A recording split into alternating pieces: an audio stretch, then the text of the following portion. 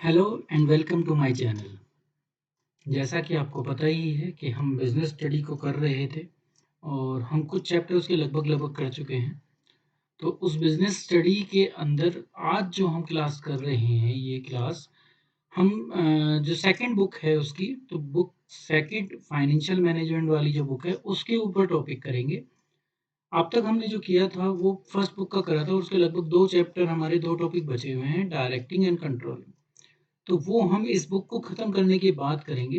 अभी हम पहले इस बुक को कर लें और अभी क्योंकि आपका हमारी जो पिछले साल की 12th क्लास है, उस 12th क्लास का एग्ज़ाम जो है वो 9 जुलाई को होना है, तो उस 9 जुलाई के एग्ज़ाम के पॉइंट ऑफ व्यू से उनकी प्रिपरेशन बहुत ज़रूरी है।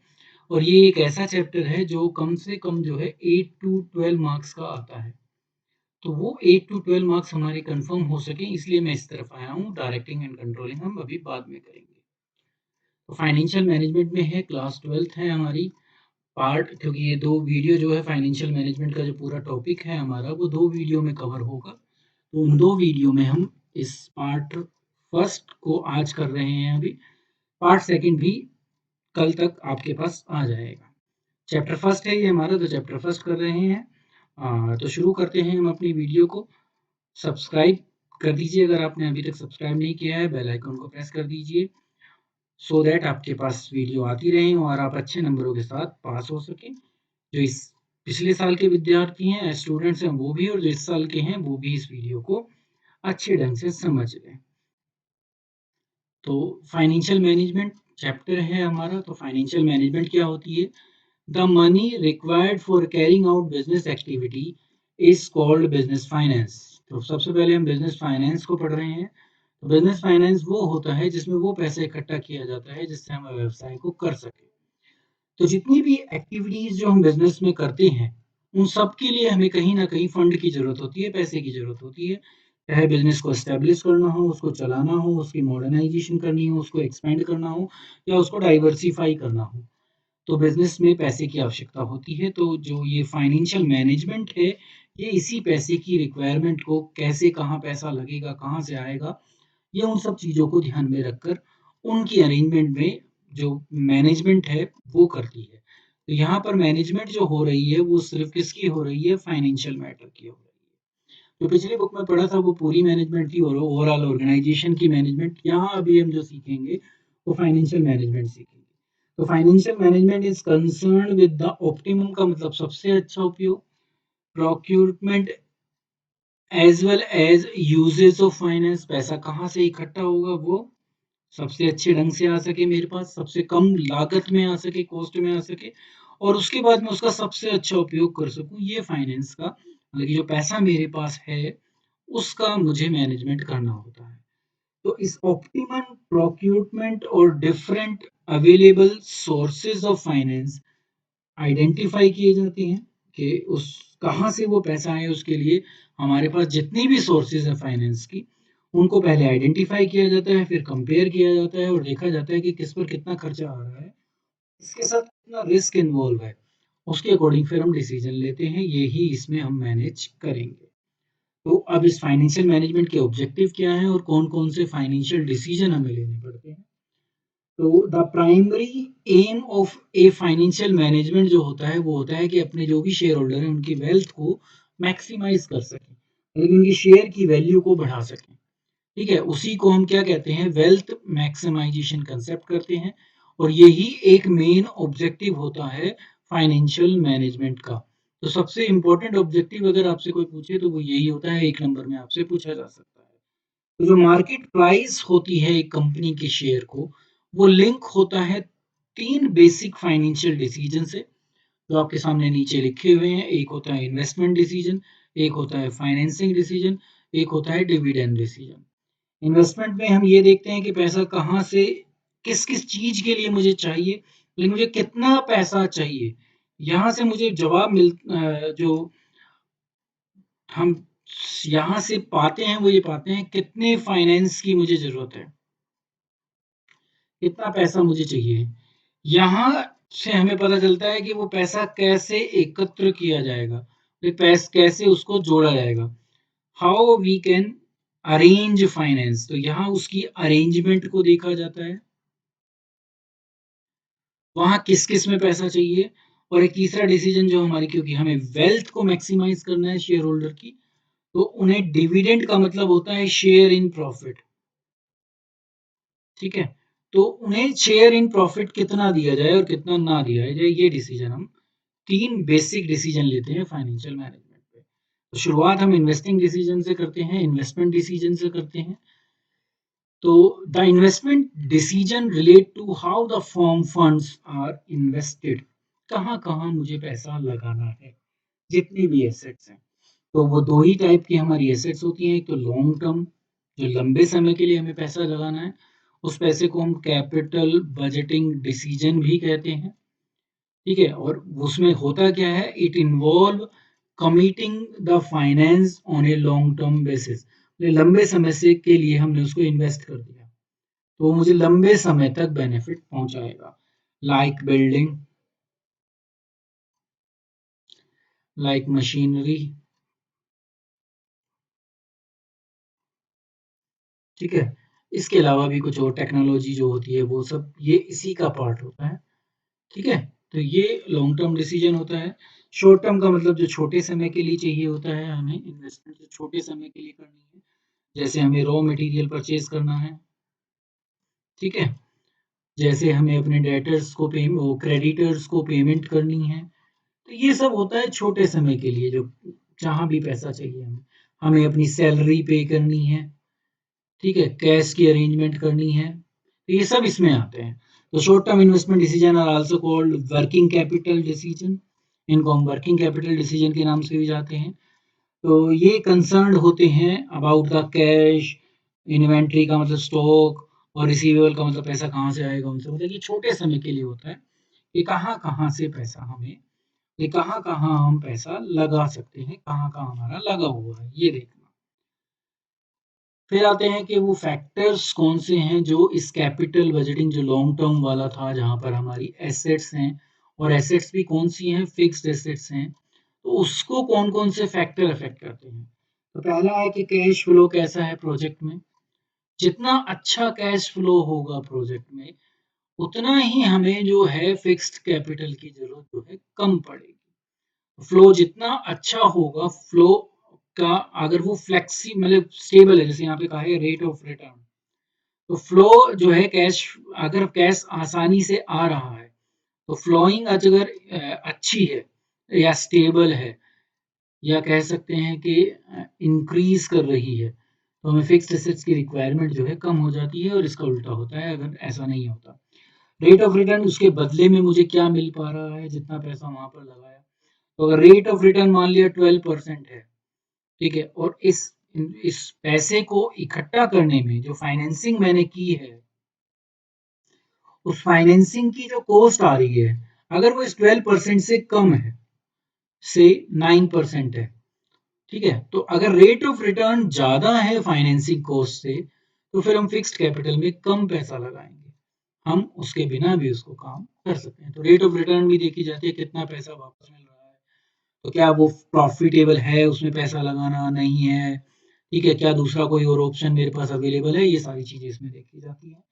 फिर आता है कि इन्वेस्टमेंट का क्राइटेरिया क्या है, हम क्यों इन्वेस्टमेंट करना चाहते हैं, क्या इन्वेस्टमेंट फॉर टेम्परेरी पर्पस है, तो अगर टेम्परेरी पर्पस होगी, तो फिर हमें जरूरी नहीं है उस चीज को हम परचेज करें, उस एसेट को हम परचेज करें, ठीक है, तो हम उसका दूसरे तरीके से भी काम चला सकते हैं।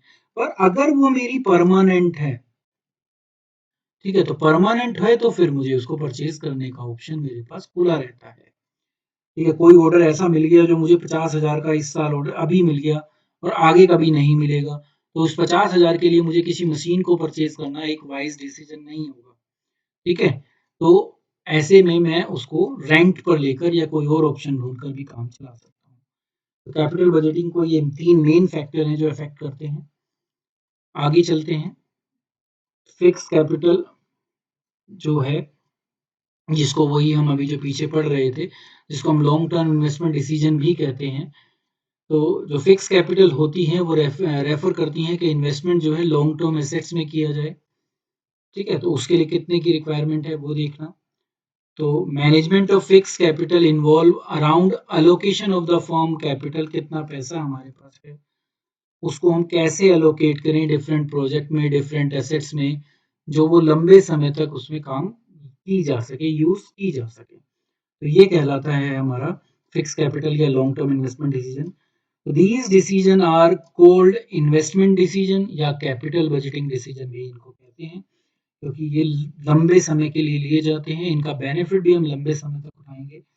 दूसरी बात है कि जो इसमें जो हमारा इसमें जो खर्चा होगा, जिसमें कॉस्ट होगी, वो भी बहुत हैवी होती है। तो ये डिसीजन बहुत इंपॉर्टेंट डिसीजन होता है। अगर ये एक बार उल्टा पड़ गया तो हमें बहुत नुकसान हो सकता है। ठीक है, अब ये जितनी भी चीजें होती हैं ये हमारी ग्रोथ को, हमारी प्रॉफिटेबिलिटी को, हमारी रिस्क को अफेक्ट करती हैं, और वो भी लॉन्ग रन में अफेक्ट करती हैं। तो इस डिसीजन को हमें बहुत ही ध्यानपूर्वक लेना होता है।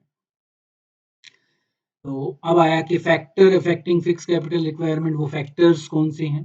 तो देखिए, पहला है नेचर ऑफ बिजनेस। नेचर क्या है, किस टाइप का मेरा बिजनेस है? अगर मान लिया मेरा स्टील का प्लांट है तो ऑब्वियसली है मुझे हैवी इन्वेस्टमेंट चाहिए, तो मुझे ज़्यादा फिक्स कैपिटल की ज़रूरत है। ठीक है, तो वो उसके ऊपर डिपेंड है। और अगर मेरा कोई किराना स्टोर है तो ऑब्वियसली है फिर मुझे कम चाहिए, फिर मुझे मशीन वगैरह कम चाहिए, तो वो अफेक्ट करती हैं उस पर कि फिक्स कैपिटल की कितनी रिक्वायरमेंट होगी। दूसरा है स्केल ऑफ ऑपरेशन, कितना देखो स्केल अगर इतना होता है, ठीक है, अगर मेरा स्केल इतना है, ठीक है, तो ऑब्वियसली ये मुझे कम पैसा चाहिए फिक्स कैपिटल के रूप में। और यही स्केल अगर मैं बढ़ा दूं, ठीक है, मैं यहाँ पर सिर्फ 10,000 यूनिट बना रहा था, ठीक है, यहाँ मैंने 50,000 यूनिट बना रही है, तो जो मुझे मशीन चाहिए, जो मुझे लेबर चाहिए, जो मुझे फैक्ट्री बिल्डिंग चाहिए, वो सब यहाँ बढ़ जाएंगी। तो जब ज़्यादा बड़ा स्केल होगा तो ऑब्वियसली है फिक्स कैपिटल की रिक्वायरमेंट भी ज़्यादा होगी। टेक्निक कौन सी है? अब टेक्निक अगर लेबर इंटेंसिव है, मतलब कि हम लेबर से काम कराते हैं, ठीक है, तो अगर लेबर इंटेंसिव टेक्निक है तो फिक्स कैपिटल रिक्वायरमेंट कम होती है। और अगर टेक्नोलॉजी के ऊपर बेस्ड है टेक्निक जो है, तो टेक्नोलॉजी के ऊपर अगर बेस्ड है मेरी टेक्निक तो मुझे ज़्यादा चाहिए, मतलब कि अगर मैं मशीनों का उपयोग ज़्यादा कर रहा हूँ तो फिक्स कैपिटल की रिक्वायरमेंट भी क्या होती है, ज़्यादा होती है। फिर आए टेक्नोलॉजिकल अपग्रेडेशन, क्या आगे उसमें अपग्रेड करने के चांसेस हैं? तो अगर अपग्रेडेशन अवेलेबल है, मुझे भविष्य में उसे अपग्रेड करना है, तो मुझे फिक्स कैपिटल रिक्वायरमेंट ज़्यादा होगी। और अगर सेम टेक्नोलॉजी के साथ मेरा काम चलता रहेगा तो मुझे फिक्स कैपिटल की रिक्वायरमेंट कम होगी। फिर आया ग्रोथ प्रोस्पेक्ट, अगर ग्रोथ के चांसेस हैं, अगर ग्रोथ के चांसेस अवेलेबल हैं तो मुझे ज़्यादा पैसा चाहिएगा, और अगर ग्रोथ के चांसेस नहीं है तो पैसा कम चाहिएगा फिक्स कैपिटल में। डाइवर्सिफिकेशन का मतलब है बिजनेस को एक्सपेंड करना, दूसरे दूसरे टाइप में भी जाना, दूसरे प्रोडक्ट में भी जाना। कि अभी तो मैं टेक्सटाइल के प्रोडक्ट बना रहा था, ठीक है, और अब मैंने सोचा है कि मैं क्या करूँगा, टेली कम्युनिकेशन में भी जाऊँगा, ठीक है, मोबाइल वाली जो लाइन होती है हमारी इस कनेक्शन वाली, उसमें भी जाऊँगा। तो ऑब्वियसली जब मैं डाइवर्सिफाई करूँगा बिजनेस को, इस बिजनेस से इस बिजनेस में जाऊँगा, तो फिक्स कैपिटल रिक्वायरमेंट बढ़ जाएगी, और अगर ऐसे चांसेस नहीं है तो कम चाहिएगी। फाइनेंसिंग अल्टरनेटिव, कितने अल्टरनेटिव अवेलेबल हैं तो आप पढ़ोगे आगे। एक होता है हमारा शेयर होल्डर फंड फाइनेंसिंग में, और दूसरा होता है हमारा डेप्ट। तो अगर मेरे पास शेयर होल्डर फंड का ऑप्शन नहीं है और मेरे पास सिर्फ डेप्ट का ही ऑप्शन है, तो डेप्ट में मुझे इंटरेस्ट देना पड़ता है और वो बहुत हैवी होता है, ठीक है। तो अब डेप्ट में जब मैं जाऊंगा तो मैं कोई भी ऐसी फिक्स कैपिटल नहीं खरीदने की कोशिश करूंगा जिस पर मुझे बहुत ज़्यादा ब्याज देना पड़े और वो लंबे समय में मुझे रिकवर कर दे। तो अगर फाइनेंसिंग अल्टरनेटिव अवेलेबल मेरे पास नहीं है, कम है, तो मैं फिक्स कैपिटल की रिक्वायरमेंट को भी कम कर देता हूँ, और अगर मेरे पास अवेलेबल है तो मैं ज़्यादा भी कर सकता हूँ। लेवल ऑफ कोलैबोरेशन, क्या मैं दूसरों के साथ मिलकर बिजनेस को कर पा रहा हूँ?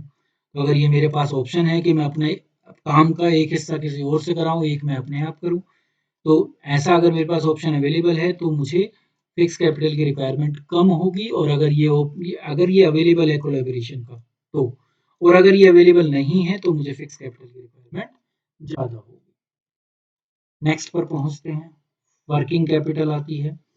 तो वर्किंग कैपिटल का मतलब समझो आपकी वर्किंग कैपिटल होती है current assets minus current liability. पढ़ रखा है आपने, यही हमारी नेट वर्किंग कैपिटल होती है।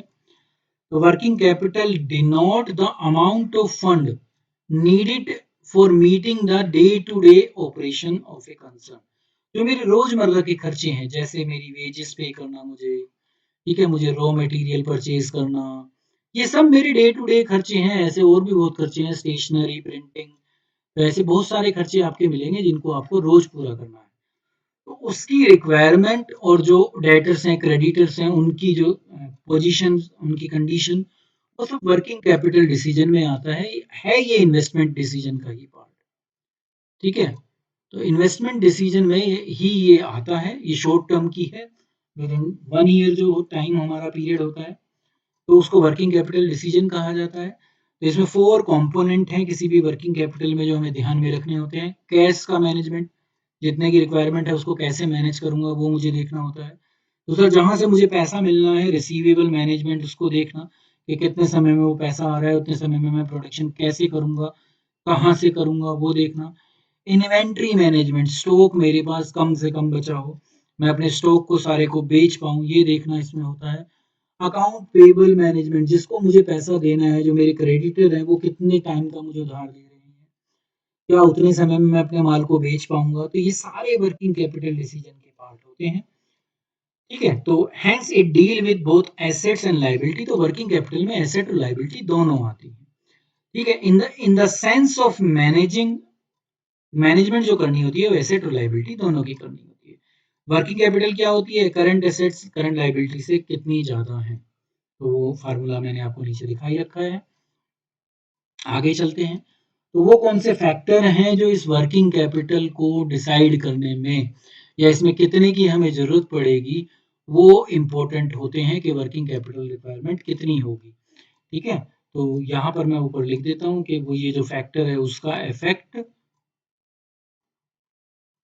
और उसकी रिक्वायरमेंट कितनी है वर्किंग कैपिटल की। इस तरीके से करेंगे हम तो हम आसानी से समझ जाएंगे। ठीक है, इफेक्ट क्या है उसका और वर्किंग कैपिटल रिक्वायरमेंट कितनी है। सबसे पहले आता है हमारा नेचर ऑफ बिजनेस, जो मैं आपको बता चुका हूँ। अगर बिजनेस नेचर ऐसे का है जो जो पेरिशेबल वस्तुएं हैं, जो खराब हो जाती हैं, तो मुझे पता है उनको बेचना मुझे जल्दी से जल्दी पड़ेगा। ठीक है, और बेचने के बाद मुझे उत्पादन भी साथ के साथ करना है। तो अगर नेचर ऑफ बिजनेस जो है पेरिसेबल वस्तुओं का है, तो उसका इफेक्ट ये होता है कि पेरिसेबल जो वस्तुएं होती हैं, और अगर मैं उसमें डील कर रहा हूँ अपने बिजनेस में, तो मुझे वर्किंग कैपिटल की रिक्वायरमेंट ज़्यादा होगी। और अगर मैं क्या कहते हैं, मैं ऐसी वस्तुओं को कर रहा हूँ जैसे फर्नीचर वगैरह, जिनको हम ड्यूरेबल वस्तुएं कहती हैं, तो जो ड्यूरेबल गुड्स होती हैं उसमें वर्किंग कैपिटल की रिक्वायरमेंट कम से भी कम हो जाएगा, क्योंकि वो मैं लंबे समय में भी बेच सकता हूँ। ऑब्वियसली एक एक फैक्टर से कभी डिसीजन नहीं होगा, कई सारे फैक्टर होंगे। तो अभी हम नेचर ऑफ बिजनेस में ये कर रहे हैं। स्केल ऑफ ऑपरेशन, स्केल अगर छोटा है तो वर्किंग कैपिटल रिक्वायरमेंट भी कम है। स्केल अगर बड़ा है तो वर्किंग कैपिटल रिक्वायरमेंट भी ज़्यादा है। बिजनेस की साइकिल क्या है, बिजनेस में जो काम है वो कितने समय में पूरा होता है। तो बिजनेस साइकिल जितनी बड़ी होगी, वर्किंग कैपिटल रिक्वायरमेंट उतनी ही ज़्यादा होगी। वो बिजनेस साइकिल जितनी छोटी होगी, वर्किंग कैपिटल रिक्वायरमेंट भी उतनी ही कम होगी। सीजनल फैक्टर, अगर मेरा बिजनेस ऐसे प्रोडक्ट से रिलेटेड है, या कह सकता हूँ कि अगर जैसे दिवाली वगैरह पे आप देखते हो कि इलेक्ट्रॉनिक्स गुड या बहुत सारी चीज़ों की जो डिमांड है वो बढ़ जाती है। तो जब सीजन होता है किसी भी चीज़ का, तो वर्किंग कैपिटल रिक्वायरमेंट ज़्यादा होती है। और जो ऑफ सीजन जब भी होगा, वर्किंग कैपिटल रिक्वायरमेंट क्या होगी, कम होगी। प्रोडक्शन साइकिल का मतलब है प्रोडक्शन से शुरू होकर, मतलब सबसे पहले मैं उसमें रॉ मटेरियल परचेज करता हूँ। तो सबसे पहले रॉ मटेरियल आता है, उस रॉ मटेरियल को प्रोसेसिंग के थ्रू मैं प्रोडक्शन करता हूँ, और फिर वो प्रोडक्शन जो है सेल किया जाता है। सेल से कैश जनरेट होता है, मतलब मेरा पैसा आता है, और उस पैसे से मैं फिर दोबारा क्या करता हूँ, रॉ मटेरियल को परचेज करता हूँ। तो प्रोडक्शन साइकिल जितनी बड़ी होती चली जाएगी, वर्किंग कैपिटल रिक्वायरमेंट उतनी ही बढ़ती चली जाएगी। प्रोडक्शन साइकिल जितनी छोटी होगी, वर्किंग कैपिटल रिक्वायरमेंट उतनी ही कम होगी। अब बारी आई कि क्रेडिट अलाउड कितने समय के लिए आप उधार देते हो। तो अगर आपका क्रेडिट अलाउड बड़ा है, तो आपको वर्किंग कैपिटल रिक्वायरमेंट ज़्यादा है। छोटे समय में आप पैसा वापस माँग लेते हो उनसे, तो आपका जो वर्किंग कैपिटल रिक्वायरमेंट है वो कम है। क्रेडिट अभी आपने उधार जो ले रखा है, अगर आपके उधार लेने का समय बड़ा है तो आपको पैसा कम चाहिएगा। अगर आपका उधार लेने का समय कम है तो आपको पैसा ज़्यादा चाहिएगा, क्योंकि आपको उनको पैसा चुकाना पड़ेगा, तो वो पैसा अरेंज तो करना ही पड़ेगा ना। तो इसलिए क्रेडिट अवेल में उल्टा चलता है। ऑपरेटिंग एफिशिएंसी जितनी, अगर आप एफिशिएंसी का मतलब पता है ना, मिनिमम करना कॉस्ट। तो जितने आप ज़्यादा एफिशिएंट होगे, एफिशिएंसी जितनी ज़्यादा होगी, वर्किंग कैपिटल रिक्वायरमेंट उतनी कम होगी। इनएफिशिएंट जितने हम होंगे, इनएफिशिएंसी जितनी होगी हमारी, ठीक है, तो उतना ही ज़्यादा वर्किंग कैपिटल रिक्वायरमेंट होगी। रॉ मटेरियल, अगर रॉ मटेरियल इजीली अवेलेबल हो जाए तो वर्किंग कैपिटल रिक्वायरमेंट कम होती है, और अगर उसको अरेंज करना डिफिकल्ट है तो वर्किंग कैपिटल रिक्वायरमेंट बढ़ जाती है, क्योंकि आप ज़्यादा खरीदने की कोशिश करते हो। जैसे कर रहे थे ना लॉकडाउन में, क्या हो रहा था, लोग ज़्यादा परचेज करके रख रहे थे, भविष्य में पता नहीं मिलेगा कि नहीं मिलेगा। तो अगर रॉ मटेरियल अवेलेबल नहीं होता तो आप भी क्या करते हो, ज़्यादा खरीदने की कोशिश करते हो। ज़्यादा खरीदोगे तो वर्किंग कैपिटल रिक्वायरमेंट क्या होगी, ज़्यादा होगी। ग्रोथ प्रोस्पेक्ट, अगर ग्रोथ के प्रोस्पेक्ट अवेलेबल हैं या ग्रोथ के चांसेस हैं तो आपको वर्किंग कैपिटल रिक्वायरमेंट भी ज़्यादा होगी। अगर वो नहीं है, अगर वो अवेलेबल नहीं है तो ऑब्वियसली है आपको क्या करना पड़ेगा, वर्किंग कैपिटल की रिक्वायरमेंट भी कम होगी। कंपटीशन, जितना कंपटीशन नहीं होगा, अगर मान लिया कंपटीशन है तो वर्किंग कैपिटल रिक्वायरमेंट ज़्यादा होगी, क्योंकि आप उधार भी माल बेचोगे, जल्दी भी खरीदने की कोशिश करोगे, महंगा भी खरीद सकते हो। और अगर कंपटीशन नहीं है, मोनोपोली है आपकी, तो आपको वर्किंग कैपिटल रिक्वायरमेंट भी कम है, क्योंकि आपको पता है कि जो माल आप दे रहे हो वो साथ के साथ बिक जाएगा, कैश में मिल जाएगा, तो मोनोपोली हो गया। रेट ऑफ इन्फ्लेशन, इन्फ्लेशन जितना ज़्यादा होगा रिक्वायरमेंट उतनी ज़्यादा होगी, इन्फ्लेशन जितना कम होगा रिक्वायरमेंट उतनी ही कम होगी। तो ये फैक्टर थे जो वर्किंग कैपिटल को अफेक्ट करते थे। मैं आपको बता दूं कि जो ये फैक्टर वाला क्वेश्चन है इस चैप्टर के अंदर, ये 4 या 5 मार्क में ज़रूर आता है। किसका आएगा ये मैं नहीं कह सकता, अभी तक आप बहु के पढ़ चुके हो, पर ये कंफर्म है कि ये आएगा। इसके बाद आपका फाइनेंसिंग डिसीजन भी बचता है, डिविडेंड डिसीजन भी बचता है, और कैपिटल स्ट्रक्चर भी बनता है। इन चीज़ों में भी फैक्टर अफेक्टिंग आते हैं। तो देखो किसके आते हैं ये तो मैं नहीं कह सकता, पर ये कंफर्म है कि ये आएंगे। तो ये जो वीडियो थी ये अभी इतनी ही थी। नेक्स्ट वीडियो में हम आपके साथ जो वो बचे हुए हैं वो सारे लेके आएंगे, जो कल तक आपके सामने आ जाएगी। तो बच्चों पढ़ो ढंग से और अपना 9 जुलाई का एग्ज़ाम अच्छे ढंग से दो, और मेरी आप सबके साथ शुभकामनाएं हैं कि आप 95% से ऊपर लेके आओगे। आज के लिए इतना ही, थैंक यू।